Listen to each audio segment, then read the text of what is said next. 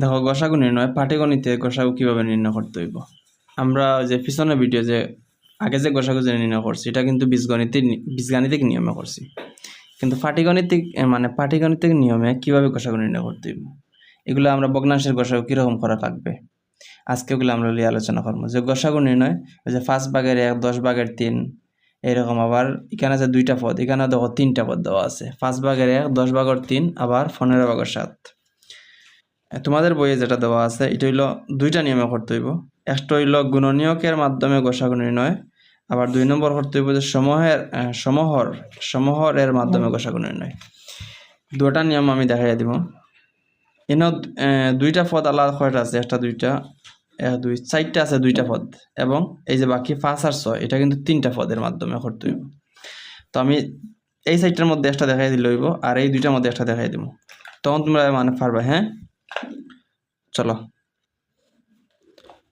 দেখো, না 2টা পদ আছে 5/1 এবং 10/3। আমরা যদি লিখি প্রথম রাশি লিখলাম মতো 5/1। আমরা এরকম অঙ্ক করতে গুণনীয়কের সাহায্য করতে একটা সূত্র মনে রাখতে হইব। মনে রাখি একটা সূত্র কিভাবে মনে রাখতে হইব, যে প্রত্যেকটার উপরে এ থাকবে, নিচে হইল বি, নিচেরটা হইল বি, উপরেরটা এ নিচেরটা বি। এরপরে যে পদ হইব উপরেরটা ঠিক একই রকম থাকবো, উপরেরটা কোনো পরিবর্তন নেই। আর নিচেরটার সবসময় বাইরে 2 গুণ হইব, এরপরেরটা 3 গুণ হইব, এরপরেরটা 4 গুণ হইব, ওরকম বাড়তে থাকবো। বুঝছি? তখন আমরা ওই যে উপরেরটা এ কি তাই এক যেরকম আছে ওরকম থাকলো, যেরকম ওরকম, কোনো পরিবর্তন নাই।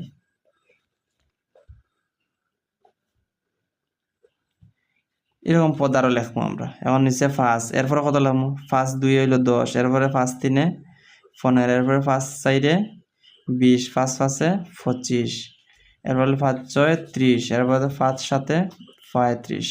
এরপরটা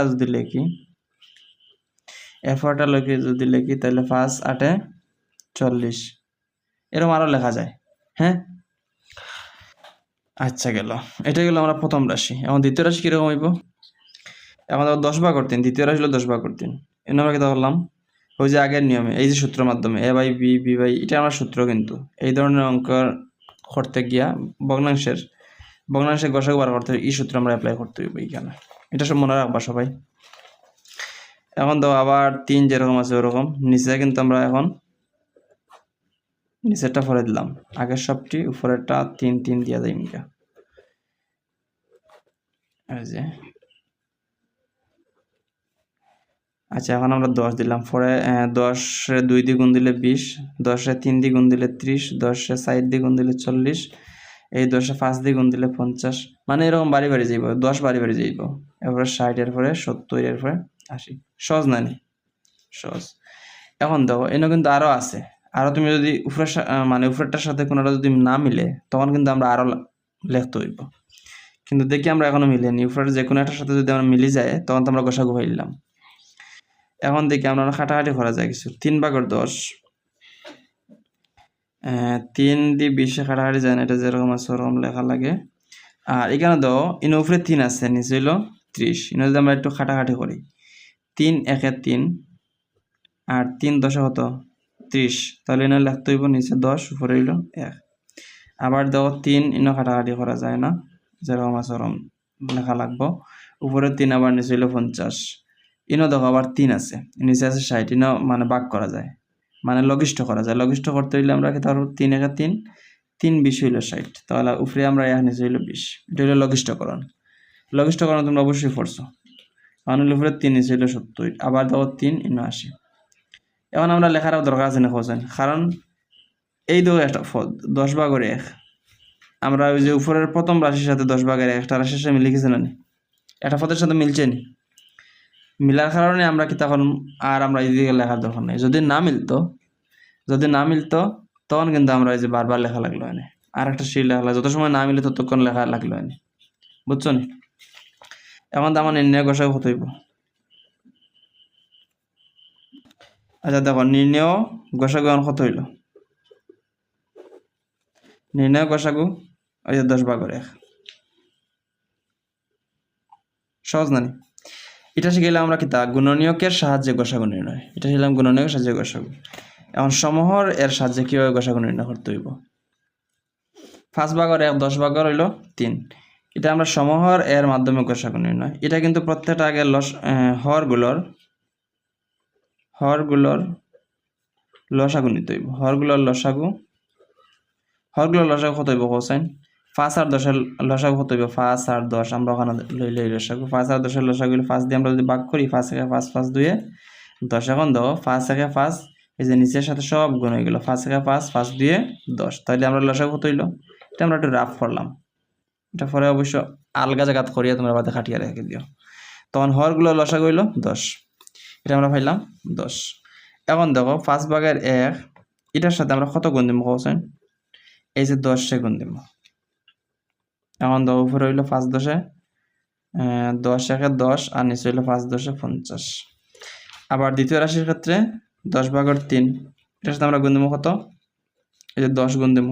এই 10 আমরা কইতে পাইলাম, এই যে 10 এটা কইতে পাইলাম, ও যে 10 দেওয়া আছে, মানে লসাগু যে 10 দেওয়া আছে, বুঝছো নি? এটা হইল আমাদের হরগুলো লসাগু 10। এখন তো উপরে গুণ দিলাম 3 10 এ 30 আর নিচে হইল 10 10 এ 10 10 কত হইল? এটা কিন্তু যে লসাগু যত নিছ এর হর দিয়ে কিন্তু ভাগ দেওয়া লাগবে, বুঝলে না? যখন প্রশ্ন করলাই নাই কেন যে না 10 আইতো না, না 10 কিন্তু হুবহু বসতো না। এই যে লসাগু যেটা পাইছি আমরা, এটা কিন্তু ওই যে প্রথম হর দিয়ে ভাগ করতে হইব। 10 যদি আমরা 5 দিয়ে ভাগ করি কত হয়? 2 হয়, 2 হয় না? এখন দেখো 2 1 এ 2 আর নিচে হইল 5 2 এ 10। ইনো কিন্তু 10 হইব নি, ইনো 10 দিয়ে আমরা ওই যে লসাগু ও 10 দিয়ে ভাগ করতে হইব। 10 কে 10 দিয়ে যদি ভাগ করি তাহলে 10 1 এ হইল 10, এটা আমরা শূন্য বইতো নাই।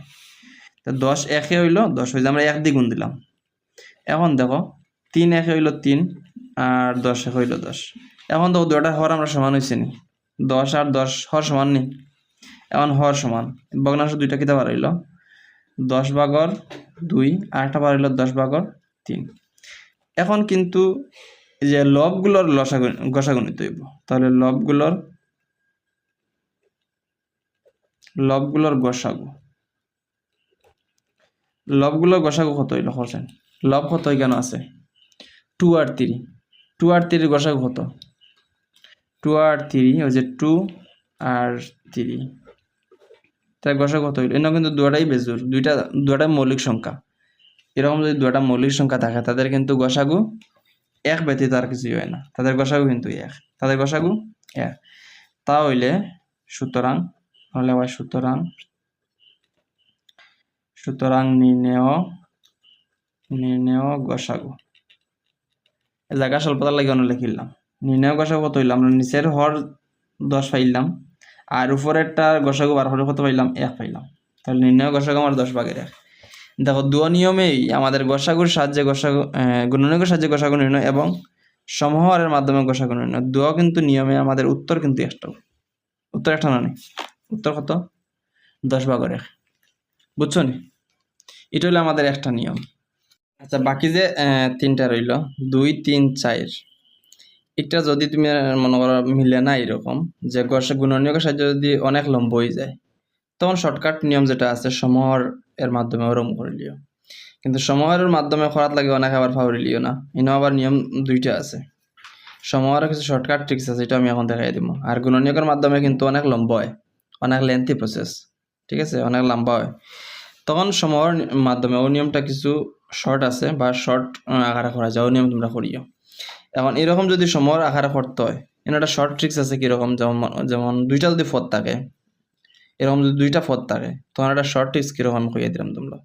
যেমন শর্ট দুইটা যদি পদ থাকে যে 6 ভাগের 1 এবং 8 ভাগের 5, এনে তো দুইটা পদ, এনে প্রত্যেকটার ক্ষেত্রে কিতা পারবা 6 ভাগের 1 রে এরপরের যেটা আছে, এরপরের যে হর যেটা আছে ওটা দ্বিগুণ দিবে।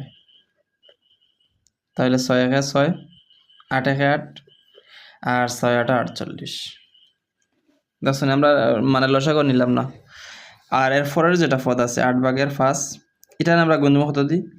এর আগের যে পদ আছে, এর আগের যেটা রাশি আছে পদ আছে এর হর দিয়ে গুণ দিব। তার মানে আমরা কি হইলো দেখো 5 6 30 আর নিচে হইলো 6 8 48। আমাদের প্রয়োজন তো সমহর বানাইতাম, মানে হরটা সমান বানাইতাম। তখন প্রথম যে রাশি, প্রথম যে পদ 6 ভাগ করে এটারে গুণ দিলাম, এরপরের হর এই যে 8 পাইলাম, হইতে এই যে হরটা পাইলাম। আর এরপরে যেটা আছে 8 ভাগের 5, এই হরটা এই 6টা পাইলাম, হইতে এরপরেরটা যে ভগ্নাংশ লেখামু অপর ভগ্নাংশের হর দিয়ে গুণ দিতে হইব। যে ভগ্নাংশ লেখামু অপর ভগ্নাংশের হর দিয়ে গুণ দিতে হইব। কথা কি ক্লিয়ার নেই? এখন ইনো পাইলাম 48 ভাগের 8, ইনো 48 ভাগের 30। এখন তো হর সমান হয়ে গেল আমাদের 48 ভাগের 8 আবার হইলো 48 ভাগের 30। এখন কিন্তু আমাদের মানে গসাগু নির্ণয় করতে হইব। তাহলে লবগুলোর গসাগু কত হইব? লব এর গসাগু, লবের গসাগু কত হবে? এখন 8 আর 30 তুমি গসাগু নিয়ে নাও, কত হয় দেখো। এটা মানে এটা তো একবার শর্টকাট ট্রিক্স। কিরকম? 8 আর 30 মানে গুণনীয়ক 8 আর 30 এর মধ্যে কত যায় দেখো, 2 দিয়ে যদি আমি দিই, 2 সাইডে হইলো 8 আর 2 ফোনে রইলো 30। তাহলে মানে গসাগু কত হইলো? মানে এই যে 8, এই যে 2 দিয়ে ভাগ করলাম আমরা, 2 দিয়ে কিন্তু দুটার মধ্যে যাইতে হইব, মানে দুটার সংখ্যাকে ভাগ দিতে হইব আর কি, নিশ্চয়ই যাইতে হইব। ইনো যদি আমার 2 দিয়ে ভাগ দিই, সাইডের মাঝে 4কে ভাগ দেওয়া যাবে, কিন্তু 15 ভাগ দেওয়া যেত না। 3 দিয়ে ভাগ দিলে 15 ভাগ দেওয়া যাবে, 4 ভাগ দেওয়া যাবে না। সুতরাং আমাদের দুটা পদের মধ্যে শুধুমাত্র 2 দিয়ে ভাগ করা যায়। তাহলে 2 হইলো আমার গসাগু, তাহলে গসাগু হইলো 2। এখন আমরা লিখতে পারি যে নির্ণেয় গসাগু। নির্ণয় গসাগু কত? আমাদের হর পাইলাম 48 আর গসাগু পাইলাম 2।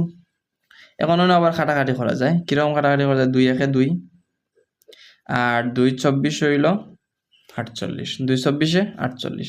তাহলে এটা হইলো আমার গসাগু, এটা হইলো আমার উত্তর। বুঝছো নি?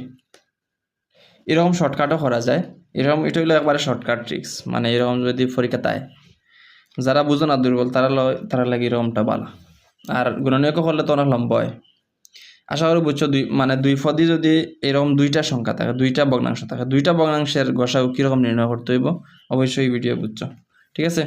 এখন তো 3টা যদি ভগ্নাংশ থাকে কিরকম করতে হইব এটা অবশ্যই আমরা পরের ভিডিওতে